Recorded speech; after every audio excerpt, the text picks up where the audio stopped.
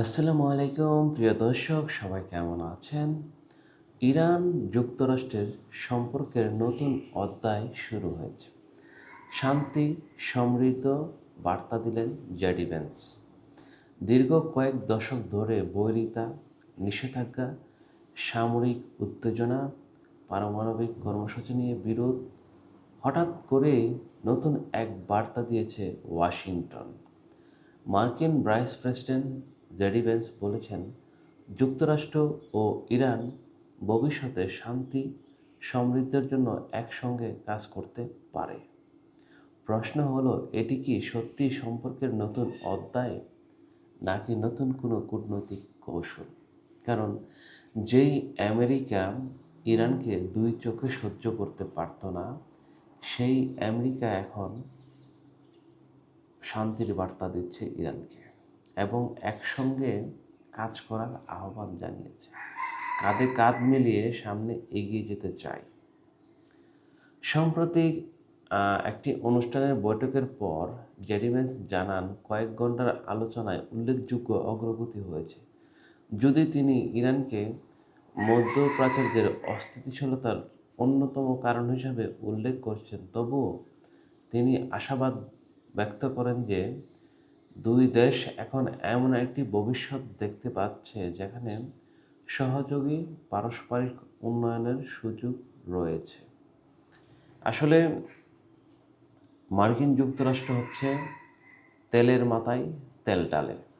কারণ তাকে যাকে দিয়ে তার স্বার্থ আদায় হবে, সে তাকেই বেছে নেবে। এখন ইসরায়েল পড়ছে মাইনকাছিপায়। যেই ইসরায়েল দাবি করত ডোনাল্ড ট্রাম্পের সঙ্গে সবথেকে ভালো সম্পর্ক হচ্ছে ইসরায়েলের প্রেসিডেন্ট বেনিয়ামিন নেতানিয়াহুর, কিন্তু ইরান ইসরায়েল যুক্তরাষ্ট্রের যুদ্ধে সেই সংখ্যাটা পুরোপুরি পাল্টিয়ে দিয়েছে এবং ইসরায়েলের সঙ্গে ইতিমধ্যে বেশ কয়েকবার মার্কিন প্রেসিডেন্ট ডোনাল্ড ট্রাম্পের বাক বিতণ্ড হয়েছে। আর ইসরায়েল কোনোভাবেই মেনে নিতে পারছে না ইরান আমেরিকা শান্তির আলোচনার চুক্তি করে ফেলেছে। ফাইটটা যায়, আরে বুকটা ফাইটটা যায়, বন্ধু যখন বউ লইয়া আমার বাড়ির সামনে দিয়া। ইসরায়েলের সামনে দিয়া যখন বউ লইয়া হাইটা যায় আমেরিকা, তখন কলিজাটা ফাইটটা যায় ইসরায়েলের। ভ্যান্স আরও বলেছেন, প্রেসিডেন্ট ডোনাল্ড ট্রাম্প ইরানের জনগণের সঙ্গে সম্পর্ক ক্ষেত্রে একটি নতুন অধ্যায় শুরু করার আহ্বান জানিয়েছেন। অর্থাৎ যুক্তরাষ্ট্র শুধু সরকারের সঙ্গে নয়, ইরানের সাধারণ মানুষের সঙ্গে সম্পর্ক উন্নয়নের বার্তা দিতে চায়। তবে এখানে একটি গুরুত্বপূর্ণ বিষয় রয়েছে। যুক্তরাষ্ট্র ও ইরানের মধ্যে শুধু রাজনৈতিক মতপার্থক্য নয়, রয়েছে গভীর অবিশ্বাস। পারমাণবিক কর্মসূচির মধ্যপ্রাচ্যের বিভিন্ন সশস্ত্র গোষ্ঠীর প্রতি সমর্থনের অভিযোগ, অর্থনৈতিক নিষেধাজ্ঞা এবং সামরিক উত্তেজনা, সব কিছু মিলিয়ে দুই দেশের সম্পর্ক বহু বছর ধরে সংকটাপন্ন ছিল। দেখেন, আমেরিকার মতো একটি শক্তির চোখে চোখ রাঙিয়ে কথা বলতে পেরেছে ইরান, এবং শুধু কথাই বলেনি, মানে দাঁত ভাঙা জবাব দিয়েছে। ইরান দীর্ঘ 50 বছর যাবৎ আমেরিকার নিষেধাজ্ঞার আওতায়, আর সেই নিষেধাজ্ঞা থাকার পরেও ইরানের অর্থনীতিকে তারা চালিয়ে নিয়েছে, এবং শুধু তাদেরকেই চালায়নি, ইরানের যে প্রক্সি সমর্থক আছে তাদেরকেও তারা চালিয়ে নিয়েছে এবং অস্ত্র, সকল কিছু ধরনের ওয়েপন্স সমর্থন দিয়ে তারা এগিয়ে নিয়েছে। যেমন হিজবুল্লাহ, হামাস, সিরিয়ার যে নিয়ন্ত্রণ সিস্টেম যা ছিল, মানে ইরাক, এই অঞ্চলের বিভিন্ন প্রক্সি যোদ্ধা আছে, সেসব যোদ্ধাদেরকে তারা নিয়ন্ত্রণ করতে সক্ষম। যার জন্য আমেরিকা এতটা হুঁচট খেয়েছে ইরানের সঙ্গে, যা বলার বাইরে। কারণ আমেরিকার পরাজয় তো শুধু আফগানিস্তানে আমরা দেখলাম কীভাবে তাদের পরাজয় হয়েছে, ভিয়েতনামে দেখে তাদের পরাজয় হয়েছে, এখন ইরানেও কিন্তু তাদের পরাজয় হয়েছে। ইসরায়েল সরাসরি দাবি করছে এটা ইরানের বিজয় হয়েছে, ইসরায়েল এবং যুক্তরাষ্ট্রের পরাজয় হয়েছে। সে বিষয়ে অন্য আরেকদিন আরেকটি ভিডিও বানাবো। অনেকে মনে করছেন মধ্যপ্রাচ্যের বর্তমান পরিস্থিতি এবং বৈশ্বিক অর্থনীতির বাস্তবতায় দুই দেশকে নতুন করে ভাবাতে বাধ্য করেছে। যদি এই আলোচনা সফল হয় তাহলে শুধু ইরান যুক্তরাষ্ট্র নয়, পুরো মধ্যপ্রাচ্যের ভূ রাজনীতিতে বড় পরিবর্তন আসতে পারে। এখন সবচেয়ে বড় প্রশ্ন হচ্ছে, এটি কি সত্যি শত্রুতা ভুলে নতুন সম্পর্কের শুরু, নাকি সাময়িক কূটনৈতিক সুজনতা? আসলে এখানে যে বিষয়টা হয়েছে, ইরান এখন বর্তমানে আঞ্চলিক পরাশক্তি হয়ে উঠেছে।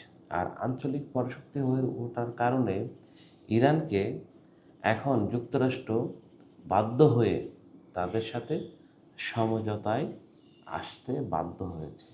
ছেড়ে দে না মা কাইন্দা বাছি, এই যে আলোচনাটা করলাম, ছেড়ে দে না মা কাইন্দা বাছি, কারণ আমেরিকা অনেক কষ্ট করে, অনেক কলকাঠি ফুরিয়ে তারপর ইরানের সঙ্গে কিন্তু একটা সমঝোতা, শান্তি চুক্তি যাই বলেন না কেন তারা করতে পেরেছে। এবং আমেরিকা চেয়েছে এই যুদ্ধ থেকে যে কোনো মূল্যে বের হয়ে যাওয়ার জন্য। কারণ এই যুদ্ধ থেকে যদি বের হতে না পারে, কারণ আমেরিকার যে অর্থনৈতিক ব্যবস্থা আছে, মানে তাদের যে পেট্রোডলার ব্যবস্থা, সেই পেট্রোডলার ব্যবস্থার উপর ডাইরেক্ট সরাসরি আঘাত করছে ইরান। ইরান কিভাবে আঘাত করছে? প্রথমে সে টার্গেট করেছে হরমুজ প্রণালী, হরমুজ প্রণালী সে বন্ধ করে দিয়েছে 1 নম্বর। আর যুক্তরাষ্ট্র সেটাকে অবরুদ্ধ করে রেখেছে যেন ইরানের কোনো নৌযান এখান থেকে বের হতে না পারে। আর দ্বিতীয়ত বিষয় হচ্ছে, আপনারা জানেন যে মিডল ইস্টের সবচেয়ে তেল উৎপাদনকারী দেশ হিসাবে সৌদি আরব, কাতার, কুয়েত, তারা কিন্তু তেল উৎপাদনের শীর্ষ, এবং ইরান সহ। এখন আমেরিকার যে পেট্রোডলার আছে, সে পেট্রোডলারের সাথে সংযুক্ত কিন্তু এই পেট্রোল, ডিজেল যাই বলেন না কেন, গ্যাস, সব কিছু এটার সাথে সম্পর্কিত। এখন এটাকে যদি স্বাভাবিক না রাখা যায়, আর ইরান যদি তাদের তেল শোধনাগারে হামলা করে অথবা তেল উত্তোলন কেন্দ্রে হামলা করে, তখন কিন্তু সেই হামলার কারণে যুক্তরাষ্ট্রের বাণিজ্যের ক্ষতি হতে পারে, কারণ তাদের অর্থনীতিটা এই তেলের উপর নির্ভরশীল। আমরা কিছুদিন আগে যেমন দেখছিলাম ভেনেজুয়েলার প্রেসিডেন্টকে আমেরিকা তুলে নিয়ে গিয়েছিল। তুলে নিয়ে যাওয়ার মূল কারণ ছিল যে ভেনেজুয়েলাতে প্রচুর পরিমাণ তেল আছে।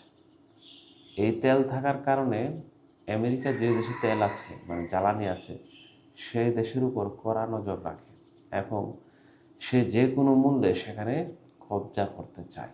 আর কবজা করতে পারলে তার লাভ, তার অর্থনৈতিক ব্যবস্থা শক্তিশালী হয়, তার বিশ্বে যে আধিপত্য আছে সে আধিপত্য সে ধরে রাখতে পারে। কারণ আপনার পুরো পৃথিবীতে সবচেয়ে ইম্পর্টেন্ট হচ্ছে সাপ্লাই চেন।